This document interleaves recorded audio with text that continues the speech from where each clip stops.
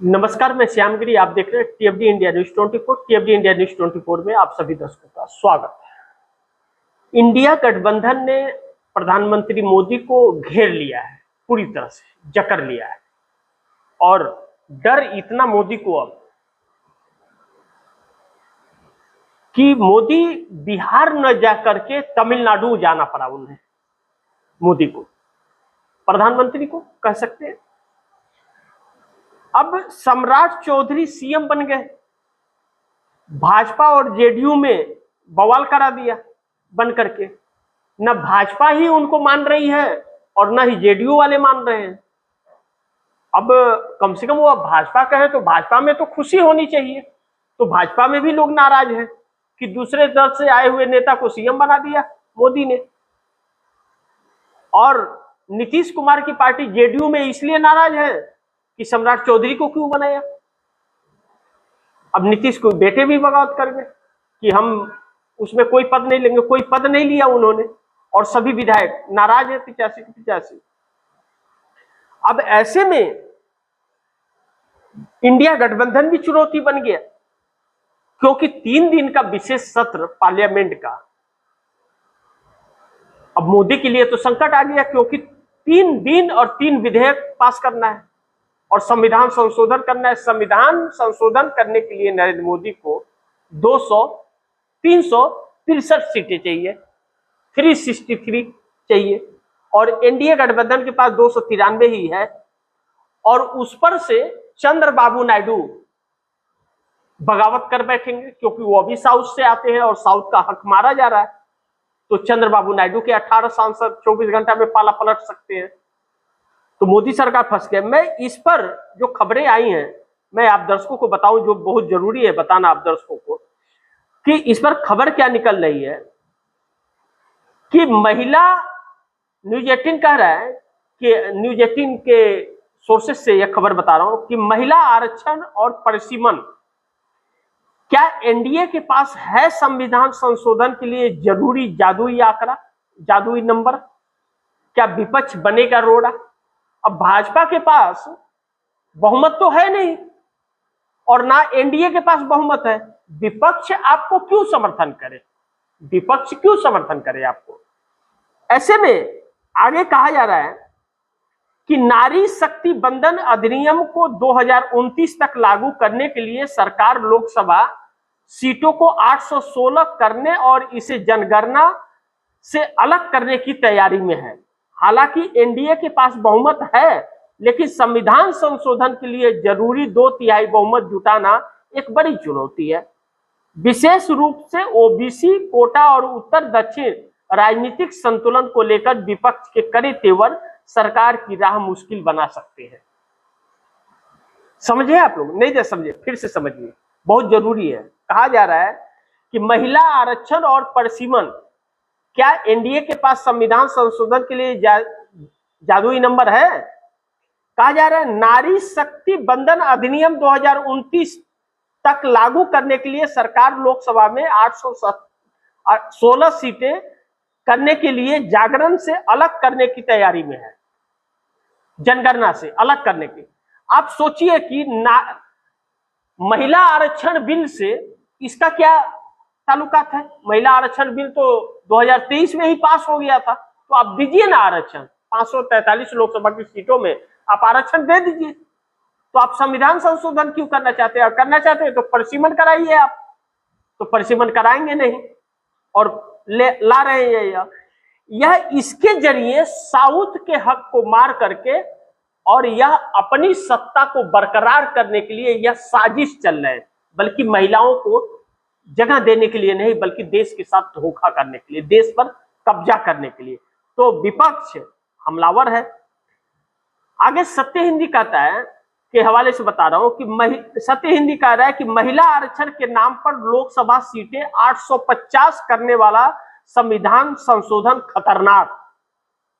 महिला आरक्षण के बहाने लोकसभा सीटों की संख्या 850 तक बढ़ाने की चर्चा पर सवाल उठ रहे हैं।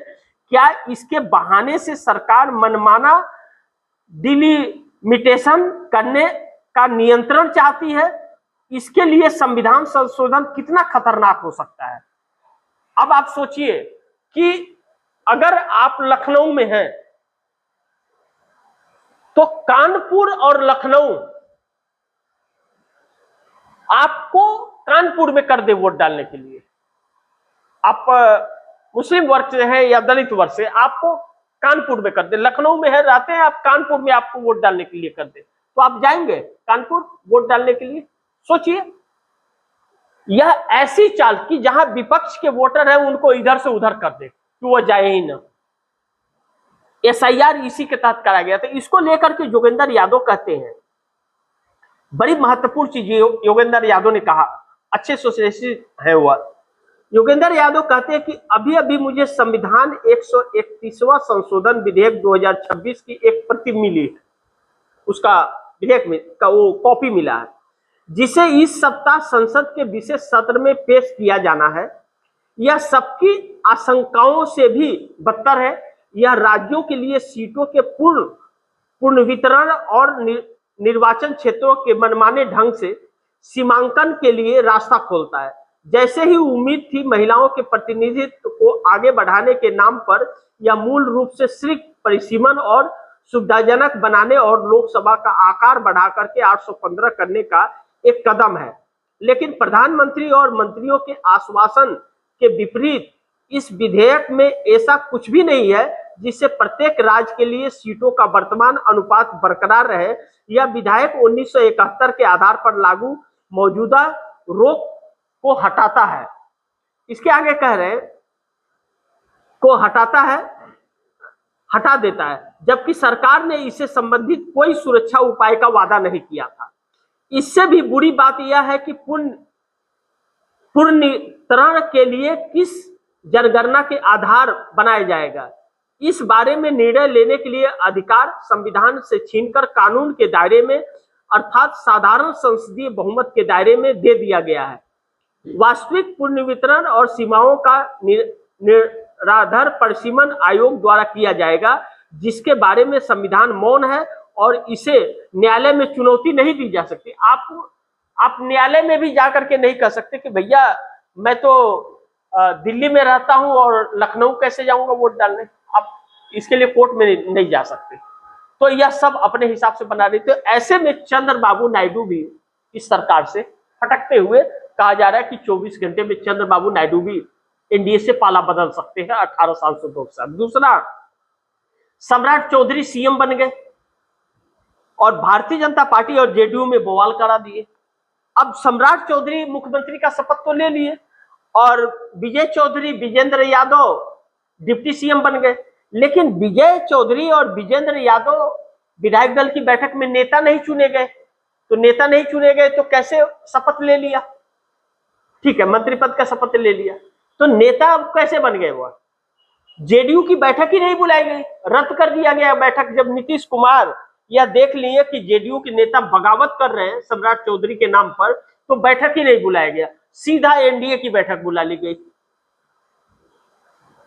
और एक आवाज में खुद ही नीतीश कुमार ने ऐलान कर दिया। तो जेडीयू के लोग नाराज हो गए, खुद ही इनके बेटे नाराज है, इनके बेटे अब नजर ही नहीं आ रहे तस्वीरों में, और उन्होंने साफ कह दिया कि मैं तो ऐसी सरकार का हिस्सा ही बनूंगा जिसने हमारे पिता का नुकसान किया, बदनाम किया, उनके साथ धोखा किया। लेकिन सम्राट चौधरी को लेकर के भारतीय जनता पार्टी के अंदर भी असमंजस परिस्थिति और नाराजगी है। अब यह कहा जा रहा है कि सम्राट चौधरी सीएम बन तो गए हैं, लेकिन मंत्रिमंडल का इसलिए नहीं हुआ कि अब पश्चिम बंगाल चुनाव के परिणाम आने के बाद मंत्रिमंडल का विस्तार होगा। सम्राट चौधरी सीएम रहेंगे या सीएम बदल जाएंगे, यह उस वक्त देखा जाएगा। ऐसे में नीतीश कुमार दिल्ली पहुंच गए।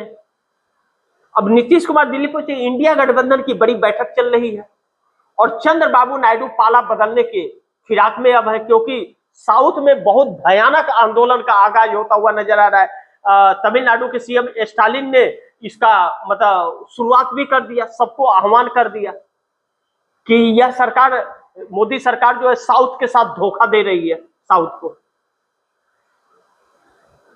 अब ऐसे में मोदी सरकार के लिए एक नई संकट खड़ी हो रही है। लेकिन सम्राट चौधरी को बनाए जाने के बाद भारतीय जनता पार्टी के अंदर टूट की परिस्थितियां बनती नजर आ रही हैं। और जेडीयू के अंदर भी टूटता हुआ। अगर नीतीश कुमार ने इसका सोल्यूशन नहीं निकाला तो जेडीयू टूट जाएगी आने वाले दिनों में। जो नीतीश कुमार न इधर के न उधर के कहीं के नहीं रह जाएगा। अब तो बिहार भी उनके चले गए हुआ, अब तो सीएम भी पूर्व सीएम हो गए, और बेटे निशांत कुमार वह तैयार नहीं है। भारतीय जनता पार्टी को सम्राट चौधरी स्वीकार नहीं है और भारतीय जनता पार्टी के पास कोई नेता नहीं है। हकीकत यह है कि भारतीय जनता पार्टी ने नेता तैयार ही नहीं किया, बल्कि नेताओं को गड़क में डाल दिया, उन्हें दबा दिया। अकेले मोदी जी हर जगह उद्घाटन करते नजर आए, मोदी अपने ही नाम पर वोट मांगते नजर आए, तो बाकी कोई नेता का वजूद नहीं रहा। तो ऐसे में भारतीय जनता पार्टी का क्या होगा? अब सम्राट चौधरी सीएम बन तो गए, लेकिन सम्राट चौधरी ने एक बगावत करा दिया सीएम बन करके। अब क्या होता है आगे वह भी पता चलेगा। लेकिन चंद्रबाबू नायडू मोदी से समर्थन वापस लेंगे लोकसभा विशेष सत्र में। हो गया बगावत एनडीए में। एनडीए के पास 293 सीटें हैं और नरेंद्र मोदी को बिल पास कराने के लिए चाहिए 365 सीटें, 369, माफ कीजिएगा 369 सीटें चाहिए। अब 369 चाहिए तो फिर नरेंद्र मोदी के पास तो है नहीं। अब एक तो 293 सीटें हैं, 293 सीटों में से अब नीतीश कुमार को जो सीटें मिल रही हैं, नीतीश कुमार की सीट माफ कीजिएगा 293 सीटें हैं एनडीए के पास और चंद्रबाबू नायडू के पास 18 सीट। तो चंद्रबाबू नायडू समर्थन देंगे नहीं, क्योंकि साउथ के साथ नाइंसाफी हो रही है। जब इस बिल का बात किया जा रहा था महिला आरक्षण के वक्त, उस वक्त भी उन्होंने ना कर दिया कि नहीं भैया हम आपको समर्थन इस पर नहीं देंगे, हम समर्थन वापस ले लेंगे। तो इन्होंने इसको ड्रॉप कर दिया था, फिर लेकर के आए तो 275 हो जाएगी भारतीय जनता पार्टी के पास, 18 चली जाएंगी। तो जब 18 चली जाएंगी और 275 सीटें हो जाएंगी एनडीए के पास, बहुमत तो रहेगा, 272 बहुमत का आंकड़ा है, लेकिन 275 हो जाएगी तो 369 सीटें जब चाहिए, 369 सीटें चाहिए और 275 रहेगा इनके पास, तो 275 माइनस करके 94 सीटें घट जाएंगी। तो यह 94 सीटें कहां से लाएंगे नरेंद्र मोदी बिल पास कराने के लिए? तो अब परेशान है। अब बिल पास नहीं होगा और इसी में बिल पास नहीं होगा और चंद्रबाबू नायडू ने समर्थन वापस ले लिया, तब तो बज गई घंटी। 3 ही बहुमत के आंकड़ा से ऊपर है और नीतीश कुमार के लोग नाराज है ही। और अभी तो यह मैं सिर्फ इंडिया गठबंधन और एनडीए की बात कर रहा हूं। साउथ का जब हक की बात आएगी, अपने राज्य के और अपने अस्तित्व की बात आएगी, तो उस वक्त भाजपा का कौन है और कांग्रेस का कौन है महत्व यह नहीं रखेगा।